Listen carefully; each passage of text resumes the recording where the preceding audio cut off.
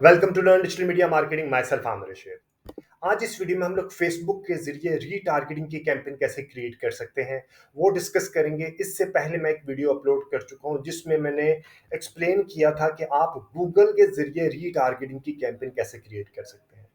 सबसे पहले मैं आपको ये बता दूं कि रीटारगेटिंग या रीमार्केटिंग एक तरह का गोल्ड माइन है डिजिटल मीडिया मार्केटिंग के अंदर। अगर आपने रीटारगेटिंग की कैंपेन को प्रॉपरली या रीटारगेटिंग की ऑप्शन को प्रॉपरली यूज नहीं किया तो एक तरह आप डिजिटल मीडिया मार्केटिंग की जो सही फीचर है वो प्रॉपरली यूज नहीं कर पा रहे हैं। ठीक है, बहुत इंपॉर्टेंट चैप्टर होता है। अब उसकी मैं रीजन बता दूंगा कि आपने ये क्यों इतना इंपॉर्टेंट चैप्टर है, आगे जाके मैं बता दूंगा। पहले मैं आपको ये बता दूं कि रीटारगेटिंग होता क्या है और at the same time retargeting की कैंपेन आप कैसे क्रिएट करते हैं। एक्चुअली ये कैंपेन की नहीं क्रिएट करते, इसकी एक ऑडियंस क्रिएट करते हैं, फिर ऑडियंस में जाके इस ऑडियंस की सिलेक्शन कर देते हैं। कैंपेन आपने एज यूजुअल आपने कोई भी ऑब्जेक्टिव है जैसे आपने वो क्रिएट करनी है उसी तरह आपने कैंपेन क्रिएट करनी है। सिर्फ आपने रीटारगेटिंग की ऑडियंस क्रिएट करनी है, टारगेट करना है, यानी कि टारगेट किसको करते हैं, ऑडियंस को करते हैं, इस वजह से इसकी ऑडियंस क्रिएट होती है। ठीक है, पहले मैं इसकी आपको डेफिनेशन बता दूं फिर मैं आपको जाकर के बताता हूं कि आपने इसकी ऑडियंस किस तरह क्रिएट करनी है।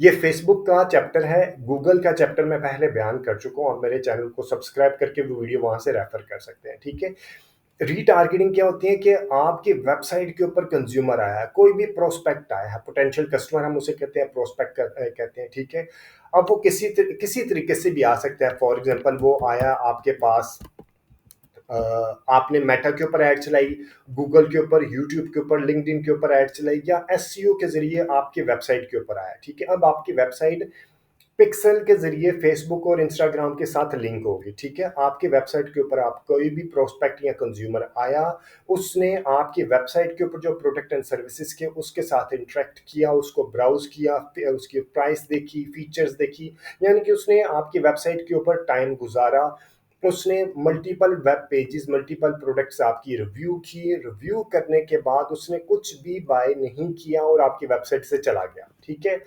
अब वो वेबसाइट से, आपकी वेबसाइट से तो चला गया, लेकिन उसके बाद वो किसी और जगह पे, फॉर एग्जांपल फेसबुक पे, दोबारा किसी फेसबुक पे जाके न्यूज़ फीड देख रहा है, इंस्टाग्राम पे या किसी यूट्यूब के ऊपर देख रहा है, वीडियो देख रहा है, या कोई और जो ई न्यूज़पेपर आते हैं वहाँ पे जाके न्यूज़पेपर को स्टडी कर रहा है। ठीक है, तो मल्टीपल वेबसाइट्स के ऊपर आप वो जहाँ पे भी ऐसी वेबसाइट्स जो कि गूगल एडसेंस के साथ लिंक है वहाँ पे ब्राउज कर रहा है, या फेसबुक, इंस्टाग्राम, लिंक्डइन, यूट्यूब के ऊपर ब्राउज कर रहा है, तो आप अपनी अपनी एड, अपनी प्रोडक्ट की एड जो उसने यहाँ पे देखी थी उसको दोबारा अपनी प्रोडक्ट की एड दिखा सकते हैं। ठीक है, जब आप उसको अपने प्रोडक्ट की एड दोबारा दिखाएंगे तो आप उसका इंटरेस्ट दोबारा कैप्चर कर लेंगे। ठीक है, आप अपनी उसके माइंड में दोबारा, हो सकता है यहाँ पे वो अगर आप हफ्ते बाद दिखा रहे हैं तो हो सकता है आफ्टर अ वीक वो आपके प्रोडक्ट के बारे में भूल चुका हो, तो आप उसको दोबारा अपने प्रोडक्ट के बारे में बता देंगे कि आपने किसी दिनों में, आपने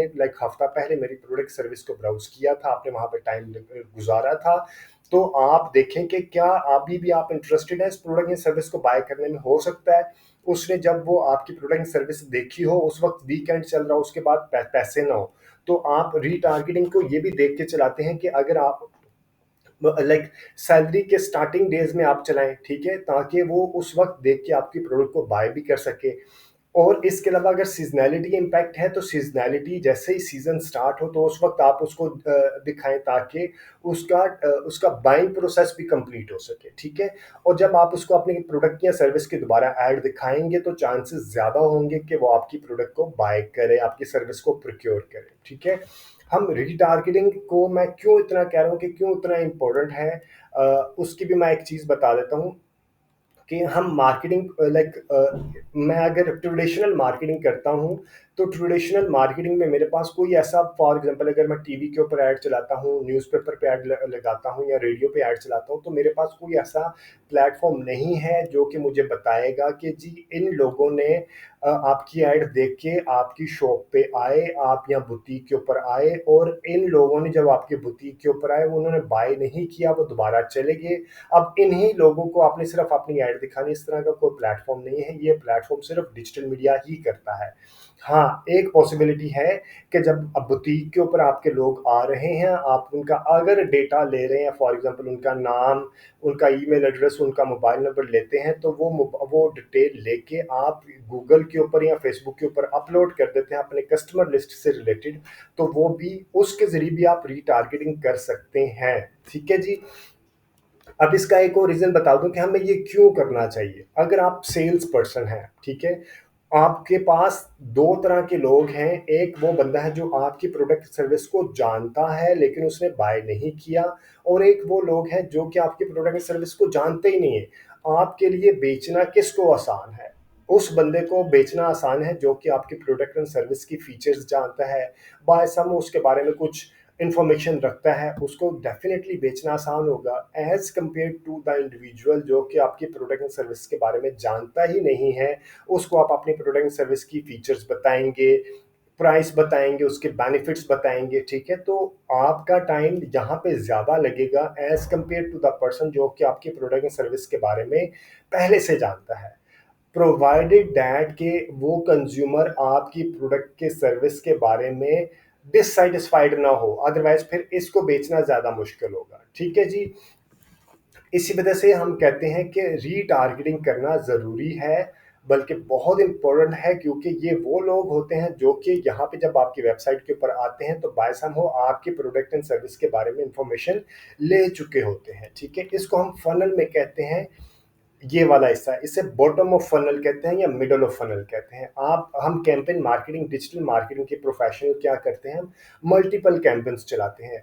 प्रोस्पेक्टिंग के ऊपर जब कैंपेन चलाते हैं तो हम इंटरेस्ट के ऊपर या लुक लाइक ऑडियंस के ऊपर कैंपेन चलाते हैं। ठीक है, लोगों को अवेयरनेस क्रिएट करते हैं, मल्टीपल लोग, मल्टीपल इंडिविजुअल्स आते हैं हमारी वेबसाइट्स के ऊपर या फेसबुक के ऊपर, इंस्टाग्राम के ऊपर, यूट्यूब के ऊपर। ठीक है, अब जब ये लोग यहाँ से आके 50,000 लोगों ने हमारी ऐड देखी और 10,000 लोगों ने इंटरेक्ट किया, ठीक है, हमारी वेबसाइट के ऊपर आए, तो अब हम इन 10,000 लोगों को अपनी प्रोडक्ट की ऐड दोबारा दिखाएंगे। ठीक है, और एक और कैंपेन क्रिएट करेंगे जहां से हमें मजीद लोग ऊपर से अवेयरनेस की अवेयरनेस की कैंपेन चलाएंगे ताकि मजीद लोग हमारी प्रोडक्ट सर्विसेज का ऐड देखें और इस फनल से नीचे आए, फिर हम उन लोगों को दोबारा रीटारगेटिंग का ऐड दिखाएंगे।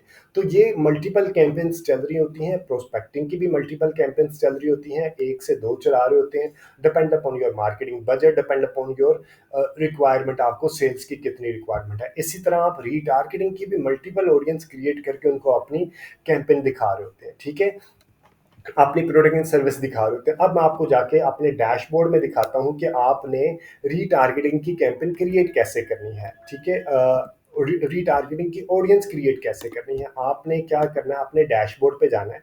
ये आपका डैशबोर्ड है, डेमो डैशबोर्ड है। ठीक है, आपने डैशबोर्ड के ऊपर जाके यहाँ पे नंबर वन तो आपने, अभी मैं बताता हूँ कि कैंपेन को यूज़ कैसे करना है, फिर आपने ऑडियंस को यहाँ से जाके ऑडियंस बनानी है। ऑडियंस बनाने का एक और तरीका वो भी मैं बताता हूँ।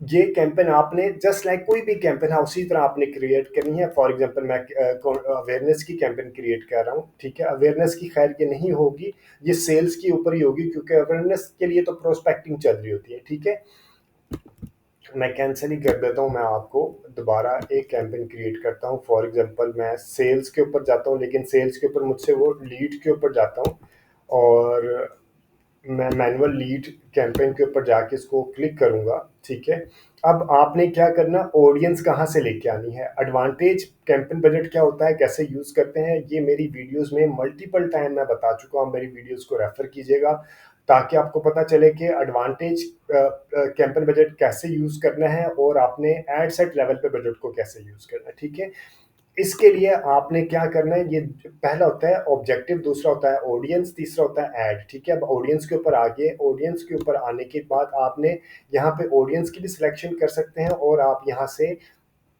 उसकी भी सिलेक्शन कर सकते हैं, प्लेसमेंट की भी। ठीक है, हमने ऑडियंस के ऊपर आया, स्विच टू ओरिजिनल ऑडियंस किया, यहाँ पे हमने यूज़ ओरिजिनल ऑडियंस किया। ओरिजिनल ऑडियंस करने के बाद हमारे पास ये इंटरफेस इस तरह खुल जाएगा, ये वाला। ठीक है, और जो आपने कस्टम ऑडियंस अभी मैं आपको क्रिएट करना दिखाऊंगा, आपने यहाँ पे कस्टम ऑडियंस पे क्लिक करना है। आपके पास जो कस्टम ऑडियंस बनी होगी, ये अगर आपने कस्टम ऑडियंस बनाई है, for example buyer 180 days, website visitor 180 days लेकिन उन्होंने बाय नहीं किया। वो लोग जिन्होंने वेबसाइट के ऊपर विजिट किया लास्ट 180 डेज में लेकिन उन्होंने बाय नहीं किया, तो आपने इसको क्लिक कर दिया, ये आपने कस्टम ऑडियंस क्रिएट कर लिया, किया होगा तो यहाँ पे शो हो जाता है, ठीक है।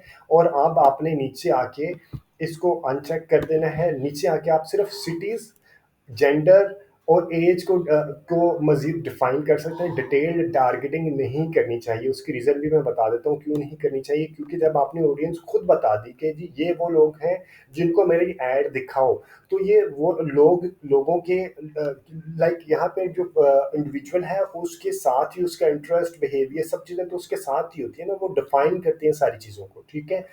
तो आपने डिटेल टारगेटिंग को यूज़ नहीं करना। हाँ, ये पॉसिबिलिटी है कि अगर आप कहें कि यार ये बेशक उनमें से 180 डेज़ के अंदर किसी ने सियालकोट से बाय किया हो सकता है किसी ने गुजरांवाले से किया हो, किसी ने मुल्तान से किया हो, लेकिन अभी इन सिटीज़ में आपकी डिलीवरी पॉसिबल नहीं है ड्यू टू सम सर्कमस्टांसेस। तो आप क्या करेंगे, आप कहते हैं कि सिर्फ डिलीवरी आपकी कराची और इस्लामाबाद में पॉसिबल है। एक एग्जांपल दे रहा हूँ, तो आप लोकेशन को यहाँ पे ऑन ऑफ कर अपनी मर्जी के मुताबिक सिलेक्ट कर सकते हैं। इसी तरह आप जेंडर को भी सिलेक्ट कर सकते हैं या एज को भी सिलेक्ट कर सकते हैं। प्रेफरेबली अभी ना करें तो बेहतर है। जो आपने ऑडियंस दी है उसी ऑडियंस के मुताबिक आप उसको लेके चलें, ठीक है। अगर आपने करना भी है तो जेंडर, एज और लोकेशन को चेंज करें। डिटेल्ड टारगेटिंग को आप डिफाइन ना करें, अदरवाइज आपकी ऑडियंस रीटारगेटिंग का फायदा ही नहीं होगा, ठीक है जी। ये आपने देख लिया कि आपने ऑडियंस कैसे यूज करनी है। इसके अलावा कैंपेन बाकी आपने रूटीन में उसी तरह सेट करनी है। आप उस ये करने के बाद आपने यहाँ पे प्लेसमेंट बता देनी है कि प्लेसमेंट कहाँ पे लगानी है, मैनुअल लेके आना है, यहाँ एडवांटेज प्लस प्लेसमेंट लेके आनी है, स्टोरी पे लेके जाना है, फीड पे लेके जाना है, ये तमाम आपने यहाँ से जाके सिलेक्शन करनी है, ठीक है। अब आपको एक और बता देता हूँ कि अब आपने इसकी ऑडियंस कैसे क्रिएट करनी है। ऑडियंस क्रिएट करने के लिए आप यहाँ पे जाएंगे। वैसे तो आप यहाँ पे से भी कर सकते हैं, मैं आपको यहाँ से भी बता देता हूँ। आपने ऑडियंस क्रिएट करना था, हम ये वाली कैंपेन थी, एडिट किया, एडिट करने के बाद हम आगे यहाँ पे, ये हमारी ऑडियंस आ गई, क्रिएट न्यू ऑडियंस, ठीक है। हम यहाँ से भी कस्टम ऑडियंस क्रिएट कर सकते हैं। यहाँ पे क्लिक करेंगे तो वही डैशबोर्ड आएगा जो हम यहाँ पे करेंगे, लेकिन आपने कैंपेन क्रिएट करने के दौरान ऑडियंस क्रिएट ना करें। लाइक ऑडियंस को एक स्पेसिफिक टाइम दे क्रिएट करने के लिए। ये आप कैंपेन क्रिएट कर रहे हैं तो दरमियान में आपने ऑडियंस भी क्रिएट कर लिया, रन ऑफ द जिसे कहते हैं ना शो हो जाएगा, आप एक शायद अच्छी कैंपेन ऑडियंस क्रिएट ना कर सकें, ठीक है। इस वजह से आप स्पेसिफिकली टाइम दें ऑडियंस क्रिएट करने को, क्योंकि अगर आपकी ऑडियंस की सिलेक्शन सही की होगी तो हाई चांसेस हैं कि आपकी कैंपेन की सक्सेस रेशो ज़्यादा अच्छी होगी, ठीक है। आपने लाइक जैसे कहते हैं ना सोच विचार के साथ, अभी आप कैंपेन क्रिएट नहीं कर रहे, आप कहें यार अभी मैंने सिर्फ ऑडियंस के ऊपर तवज्जो देनी है कि मेरी ऑडियंस कौन सी होनी चाहिए, ठीक है। जब आप ये करेंगे तो आपके पास के कोई भी ऑडियंस, अगर मैं डिलीट करता हूँ, ठीक है, आपका जब अगर इंटरफेस नया होगा, कोई भी ऑडियंस क्रिएट नहीं की होगी, तो आपके पास इस तरह का इंटरफेस दिखाई देगा, ठीक है। आपने क्या करना है, क्रिएट आप कस्टम ऑडियंस के ऊपर क्लिक करना है और ये दो तरह की चीज़ें आपको दिखाई देंगी। एक है योर सोर्सेज, एक है मेटा सोर्सेज। योर सोर्सेज कौन से होते हैं, जिसमें आप जो आपकी अपने सोर्सेज है, फॉर एग्जांपल वेबसाइट आपकी अपनी है, ठीक है।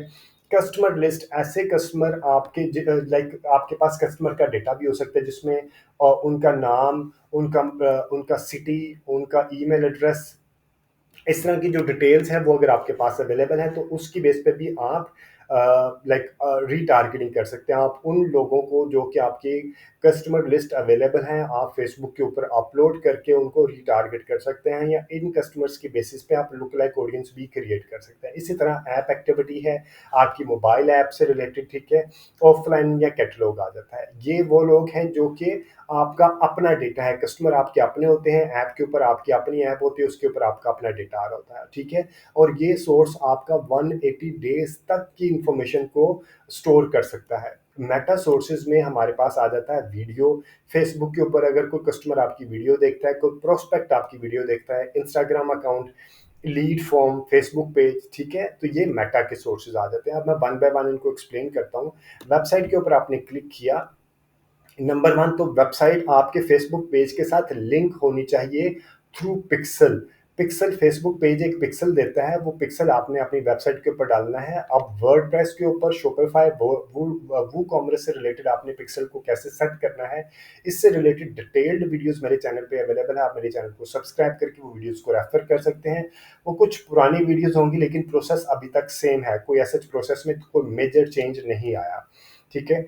इसके बाद आपने इसको क्लिक किया, नेक्स्ट किया। नेक्स्ट करने के बाद ये देखें, ये आमिर शीट पिक्सल अभी क्योंकि ये डेमो अकाउंट है को मैंने इसको वेबसाइट के साथ लिंक ही नहीं किया, तो इस तरह यहाँ पे आपको रेड शो करेगा।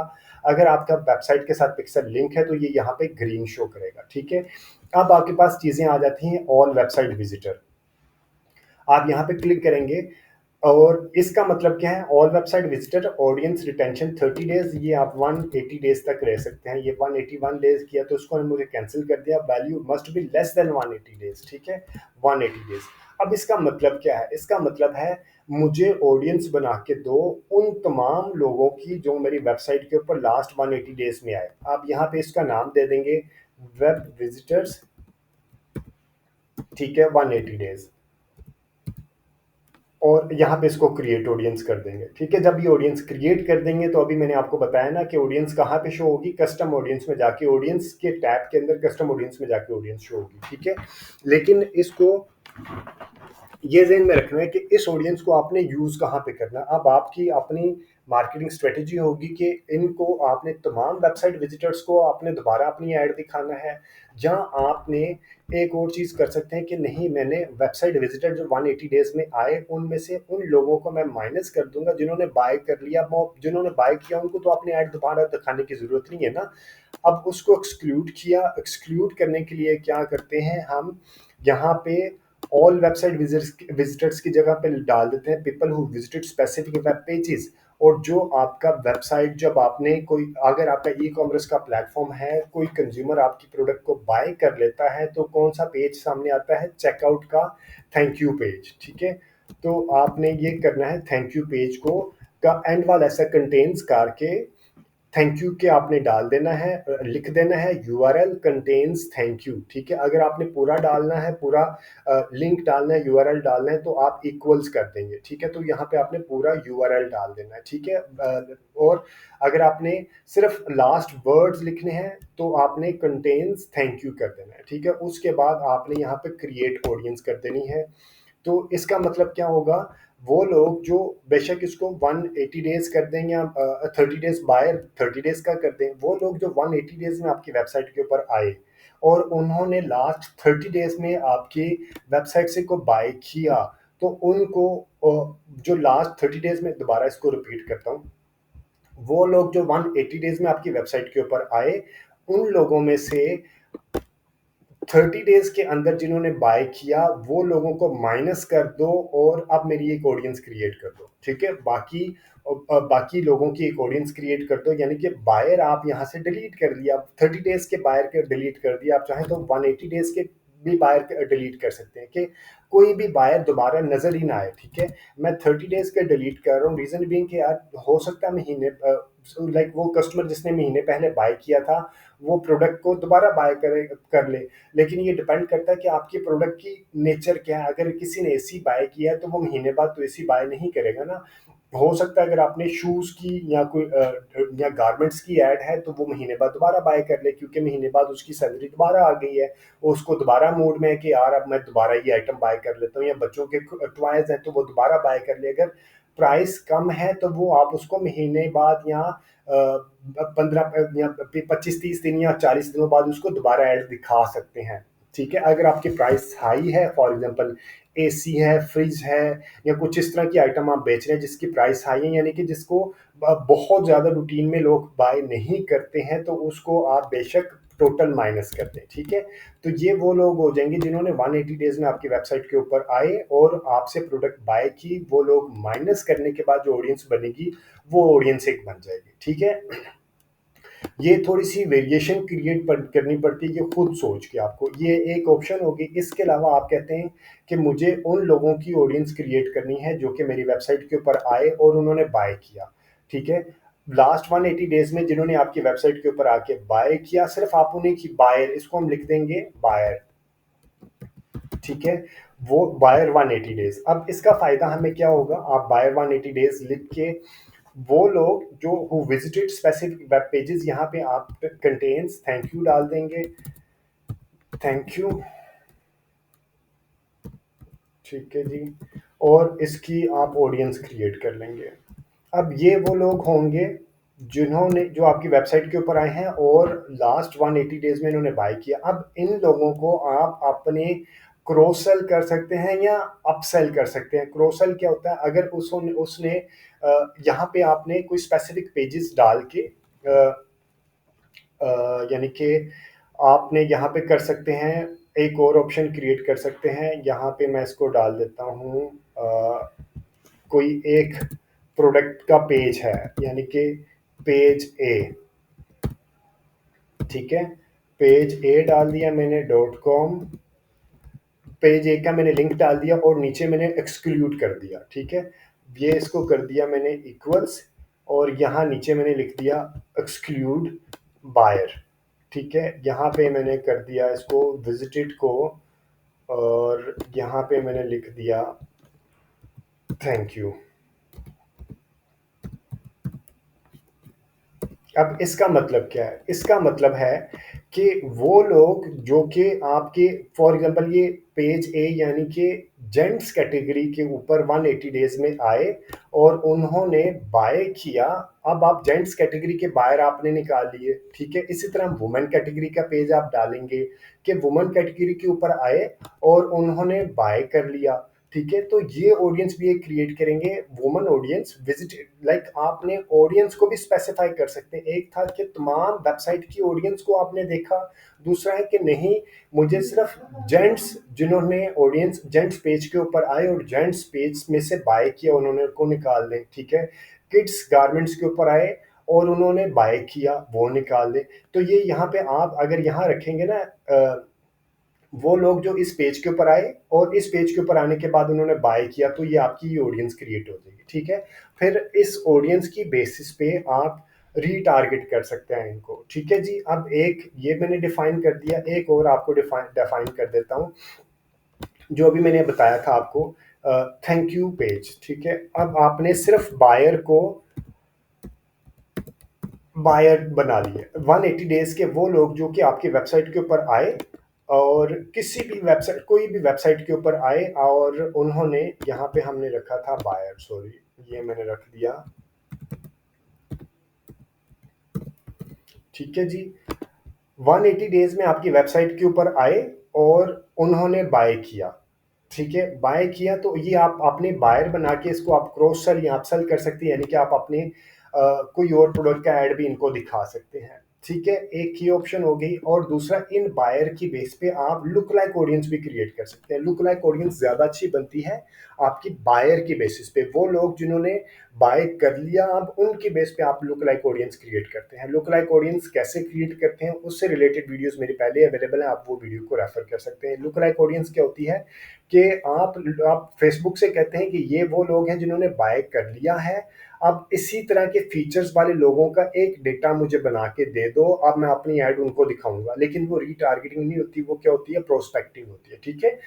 तो ये भी ऑडियंस आप यहाँ से ऑडियंस क्रिएट करके उनको बायर उनको लुक लाइक ऑडियंस बना दे, उस बायर की लुक लाइक ऑडियंस बना दे, ठीक है जी। अब ये आ गया वेबसाइट की मुख्तलिफ वेरिएशन, आप मल्टीपल वेरिएशन क्रिएट कर सकते हैं। मैं एक और वेरिएशन, वीडियो लेंथी हो जाएगी, मैं एक और वेरिएशन क्रिएट कर देता हूँ कि people who visited thank you page की जगह पे पेज ए, जिन्होंने पेज ए को ब्राउज किया और यहाँ पे फर्दर एंड ऑल्सो, ठीक है, एंड ऑल्सो मैच का क्या मतलब होता है, उसने पेज ए को क्लिक किया और पेज बी के साथ भी उसने पेज बी को भी ब्राउज किया। और फिर यानी कि ये हो सकता है लेडीज गारमेंट्स का हो कि लेडीज गारमेंट्स के दो तीन कॉस्मेटिक्स आ जाएं, एक आपके पास है, एक है आपके पास है ज्वेलरी की है, कि अगर उसने ज्वेलरी को भी और कॉस्मेटिक्स को भी क्लिक किया तो उसको उसकी एक ऑडियंस क्रिएट कर दो, एक्सक्लूड बायर कर देना, ठीक है। इसी तरह आप इतनी वेरिएशन क्रिएट कर सकते हैं इसके अंदर रहते हुए। ये अब आपको सोचना है कि आप इसको कैसे, एंड का मतलब है कि उसने दोनों पेजेस को विजिट किया होगा, ठीक है। और का मतलब है कि यहाँ तो उसने ये विजिट किया हो, यहाँ उसने ये विजिट किया हो, ठीक है। तो ये आपको चीज़ें जहन में होनी चाहिए कि आपने ये किस तरह चीज़ों को क्रिएट करना है, ठीक है। इंक्लूड मोर पेपर आ जाते हैं यहाँ पे, और आ जाएगा, ठीक है। फर्दर पहले हमने क्या किया था एंड, अब आपने क्या किया और आ गया। यहाँ तो उसने ये विजिट किया हो, यहाँ ये विजिट किया हो, और एंड का मतलब है कि उसने दोनों विजिट किए हो। तो यानी कि इसके अंदर इतनी वेरिएशन आप क्रिएट कर सकते हैं कि आप जैसे जैसे और जितनी आप वेरिएशन क्रिएट करेंगे वो बनाते जाएं, आपको आइडिया होगा कि आपने आप देखते जाएंगे कि आपके रिजल्ट्स ज़्यादा रिफाइन होना शुरू हो जाते हैं, ठीक है जी।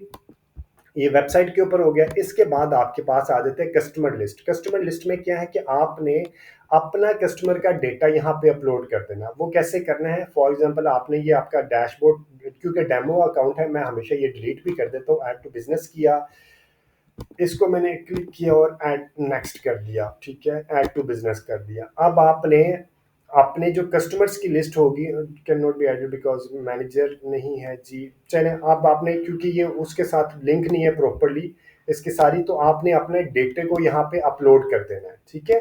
आपने कैसा, वो बहुत आसान चीज़ है। मैं आपको किसी और डैशबोर्ड में जाके, दूसरे डैशबोर्ड में जाके अभी ये समझा देता हूँ।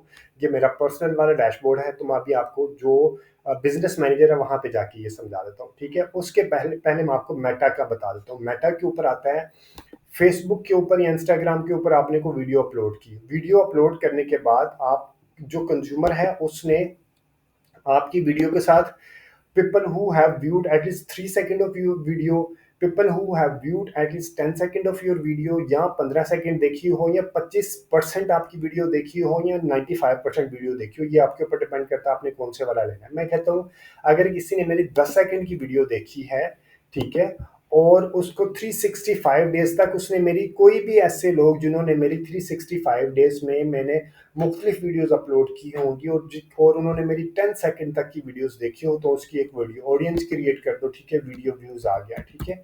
तो ये मैं एक इस तरह एक वीडियो को यहाँ पे क्रिएट करवा लूँगा। ये आ जाएगी हमारी कौन सी वीडियो आ जाएगी, सेलेक्ट वीडियो। सबसे पहले आपने ये वीडियो यहाँ से सिलेक्ट भी करनी है कि फेसबुक के ऊपर आपने कौन सी वीडियो ऐसे अपलोड की है, या जो आपने बना के उसको आपने, फॉर एग्जांपल अगर ये वीडियो अपलोड की है जो कि, और फिर आपने यहाँ पे इसको क्रिएट ऑडियंस कर देनी है। और ये कहाँ कब तक की है, 365 डेज तक की। और जो वेबसाइट हमारे अपने सोर्सेज थे वो कितने डेज तक के थे, 180 डेज तक के, ठीक है। इसी तरह आपने इसकी एक ऑडियंस क्रिएट कर लेनी है। इंस्टाग्राम अकाउंट और फेसबुक पेज ये बहुत इंपॉर्टेंट होते हैं। इंस्टाग्राम अकाउंट के ऊपर वो लोग जो कि, यहाँ पे आपका सबसे पहले आपका इंस्टाग्राम का सोर्स लिंक होना चाहिए। उसके बाद everyone who engaged with this professional account, या who started following this professional account, anyone who visited this professional account profile, people who send a message to this professional account, ठीक है। इसकी basis पे आपने कौन सी इंगेजमेंट क्रिएट करनी है, उसकी बेसिस पे आप यहाँ पे एक ऑडियंस क्रिएट कर सकते हैं, इंस्टा ऑडियंस, ठीक है। ये क्रिएट ऑडियंस हो जाएगी तो आपको ये ऑडियंस बन जाएगी। इसी तरह आप फेसबुक के ऊपर भी एक ऑडियंस क्रिएट कर सकते हैं कि वो लोग जो कि आपकी फेसबुक के ऊपर, आपका फेसबुक पेज आ जाएगा यहाँ पे, जो भी आपका फेसबुक पेज है, ठीक है, for example, or everyone who engaged with your page, who currently like or follow your page, anyone who visited your page। इसी तरह आपने जो एंगेजमेंट देखनी है उसकी बेसिस पे, आप एंगेजमेंट की बेस पे आप उसका नाम दे देंगे और ऑडियंस क्रिएट कर देंगे, फेसबुक ऑडियंस, ठीक है। और इसकी बेस पे आप फेसबुक, इसी ऑडियंस को आप अपने प्रोडक्ट का ऐड दोबारा भी दिखा सकते हैं।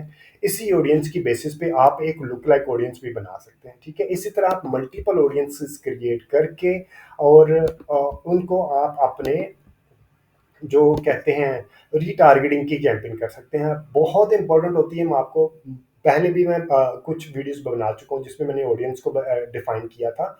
तो मैं बार बार कह रहा हूँ, अगर आप रीटारगेटिंग की कैंपेन बनाना जान गए हैं तो आपको रिजल्ट्स ज़्यादा अच्छे मिला करेंगे। जल्दी नहीं, इसमें थोड़ा डिले आते हैं क्योंकि ऑडियंस एक लिमिटेड ऑडियंस होती है, प्रोस्पेक्टिंग में ऑडियंस बहुत बड़ी होती है, ठीक है। तो आपको अच्छे क्वालिटी के रिजल्ट्स मिलना शुरू हो जाएंगे अगर आप रीटारगेटिंग के कैंपेन क्रिएट करना शुरू करेंगे, ठीक है। तो अभी मैं आपको यहाँ पे दूसरे ऐड अकाउंट से जाके मैं वो बता देता हूँ कस्टमर लिस्ट से रिलेटेड।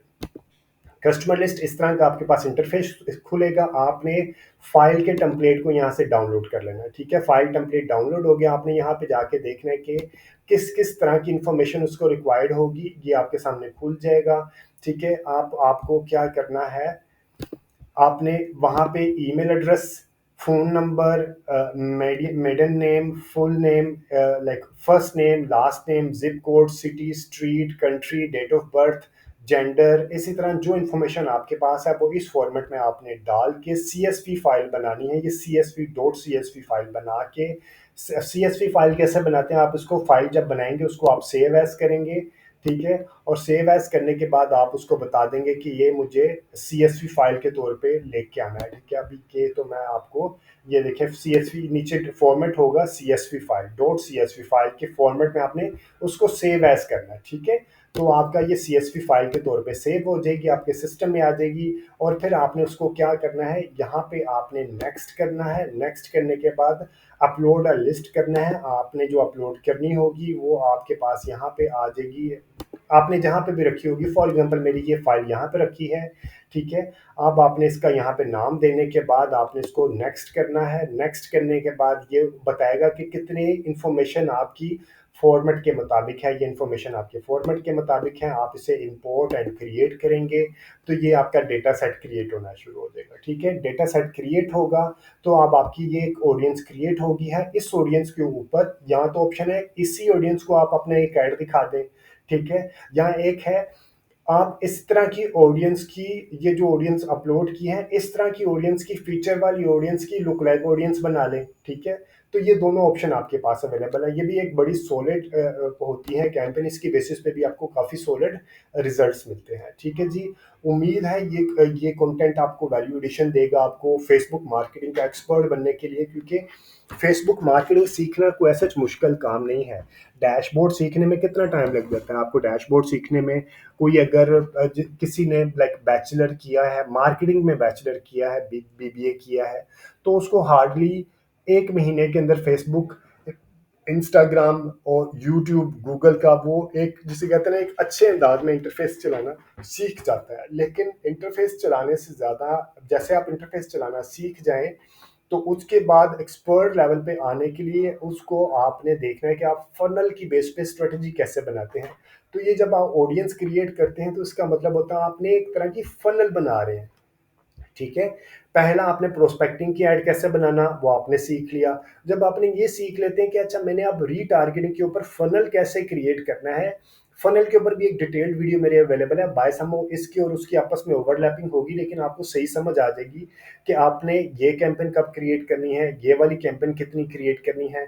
तो ये रीटारगेटिंग की मल्टीपल ऑडियंस जैसे कि आपने यहाँ पे क्रिएट की है, ठीक है। एक ऑडियंस आप क्रिएट कर सकते हैं, एक कैंपेन के अंदर आप मल्टीपल ऑडियंस क्रिएट कर सकते हैं। एक ऑडियंस आप क्रिएट कर सकते हैं जिसके अंदर आप लेके चल सकते हैं वेबसाइट के विजिटर्स। एक ऑडियंस आप अपने कस्टमर लिस्ट की बना सकते हैं। एक ऑडियंस आप फेसबुक, इंस्टाग्राम, इस तरह की ऑडियंस के बना सकते हैं, ठीक है। और एक ऑडियंस आप जब इन मल्टीपल ऑडियंस बनाते हैं, इन ऑडियंस को आपने सेफ भी कर देना, लाइक मल्टीपल ऑडियंस को इकट्ठा कर देते हैं, ठीक है। इसका नाम रख देते हैं, कुछ भी आपने नाम रख दिया, ठीक है। उसके बाद आपने ये जो ऑडियंस क्रिएट की होती है उनको लाइक ये वो वाली सेव्ड ऑडियंस, ये वो वाली ऑडियंस है जो कि आपने डिटेल्ड डेमोग्राफिक के ऊपर आपने इकट्ठी करके बनाते हैं, ठीक है। तो अब आप ऑडियंस की बेसिस पे मल्टीपल एड सेट क्रिएट कर सकते हैं और कैंपेन क्रिएट कर सकते हैं। Thank you very much watching this video. अगर आपको इस वीडियो को कंटेंट के ऊपर कोई भी फीडबैक, सजेशन या कोई भी कमेंट है तो do mention the comment section. और अगर आपके फ्रेंड्स एंड फैमिली सर्कल में से कोई बंदा फ्री में डिजिटल मीडिया मार्केटिंग सीखना चाहता है तो ये वीडियो या ये चैनल आप उसको भी रेफर कीजिएगा। और कमेंट सेक्शन में ज़रूर मेंशन कीजिएगा आपका जो भी एक्सपीरियंस होगा और कोई भी फीडबैक होगा, या अगर आपको कोई मजीद फेसबुक के ऊपर कोई वीडियो रिक्वायर्ड होगी तो आप अपने टॉपिक को यूट्यूब की वीडियो के कमेंट में मेंशन कर सकते हैं। Thank you very much, take care and अल्लाह हाफिज़।